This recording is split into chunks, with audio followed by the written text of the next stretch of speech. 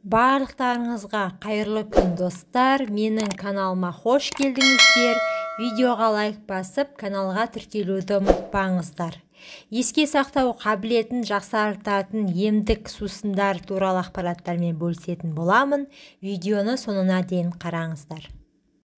Еске сақтау қабілетіңіз нашарласа, өмірде көп нәрсені жоғалтасыз. Бір сағаттан соң есіме салшы.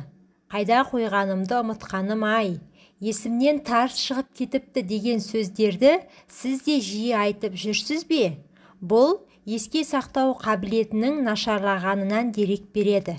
Мамандар еске сақтау қабілетін нашарлауына мидағы ақпараттың көптігі, дұрыс тамақтанбау, ұйқының қанбауы, бір орында отырып жұмыс істеу, жағымсыз әдеттер, стресс пен күйзеліс себеп болады дейді. Демек, өміріңізге көп кедергі келтіретін емнен тезірек арылуға кірісіңіз. Ол үшін үйде мына сусындарды дайындап ішсеңіз болғаны. Күніне 3 рет 1 стакан қияр сусынын ішіңіз. Бұл еске сақтау қабілетіңізді арттырады. Жарты стаканнан қияр мен қызанақ сусынын араластырыңыз. Оған 1 шай қасық сарымсақ сусынын қосып ішесіз. Бұл емдік сусынды күніне 2 рет таңертең және кеште қолдану керек. Емді үзбей 1 ай жүргізсеңіз, оң нәтижесін байқайсыз. Жарты стаканнан сәбіз бен қызылша шырынын араластырып ішіңіз.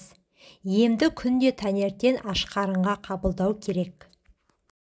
Қара жидек көздің көру қабілетін жақсартатынын білесіздер. Мұның еске сақтау қабілеті арттырып, мидың жұмысын жандандыратын да қасиеті бар. Ол үшін күніне 2 рет жарты стакан қара жидек ішіңіз. Емді таңертең және кеште жүргізу керек.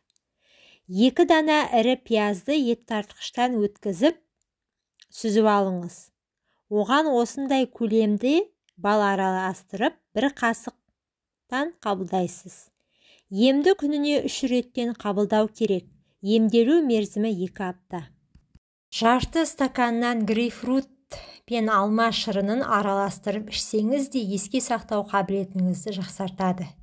Ескерту: халық емін қолданбас бұрын міндетті түрде дәрігермен кеңесіп алыңыз. Назарларыңызға рахмет. Менің каналыма тіркелуді ұмытпаңыздар.